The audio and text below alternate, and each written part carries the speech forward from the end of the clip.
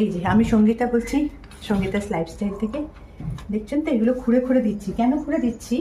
সামনে গরম আসছে, আর এখন থেকে এই গাছগুলোর একটু যত্ন না করলে, না কাটিং করলে এগুলো কিন্তু মানে পরে আর ফুল দেবে না। তাছাড়া এরা তো 12 মাস ফুল দেয়, দেখছেন তো। এই যে কুড়ি কুড়ি হচ্ছে জবা গাছ, সব জবা, সবগুলোই জবা। এগুলো দুটো ফুল দিয়েছিল, আজকে তুলে নিয়েছে। এখানে এই গাছটাতেও দেখো কুড়ি হচ্ছে, এই যে। হ্যাঁ, তো আজকে সময় পেয়েছি অনেকটা, বাড়িতে আছি, তাই ড্রয়িং রুমের সোফা টোফাগুলো যখন চেঞ্জ করলাম, করেই ভাবলাম গাছগুলোকে একটু যত্ন করে ফেলি, একটু খুঁড়ে সার দিয়ে। এই যে আমার কাছে এই সার, এটা কিন্তু কমলা লেবুর খোসা শুকিয়ে সেটা গুঁড়ো করা।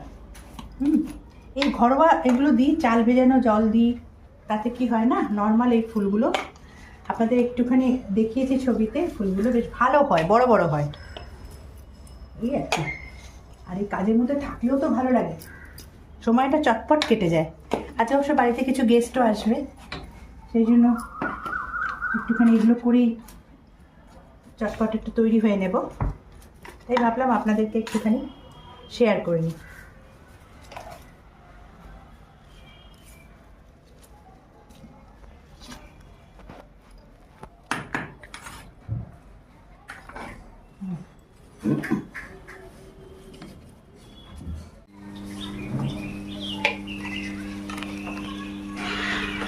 এই যে কমলা লেবুর খোসার গুঁড়োটা, এটা কিন্তু শুধুমাত্র গাছে নয়, আর একটা কাজেও লাগে, সেটা হচ্ছে আমাদের স্ক্রাবার হিসাবে। এই শীতকালে কমলা লেবুর খোসাগুলোকে শুকিয়ে নিয়ে মিক্সিতে ভালো করে গুঁড়ো করে নিয়ে, তার সাথে একটু মধু, একটু মুলতানি মাটির গুঁড়ো আর দুধ বা নারকেল তেল দিয়ে একটু একটু পাতলা পাতলা করে আর কি পেস্ট করে যদি মুখে এবং হাতের এই যে জায়গাগুলো ওপেন যদি মাখিয়ে দেওয়া যায়, আর কিছুক্ষণ বাদে তারপরে মেখে ধুয়ে নিলে পরে ভীষণ সুন্দর একটা স্ক্রাবারে কাজ করে। এটার জন্য এটা কিন্তু ভীষণ উপকারী।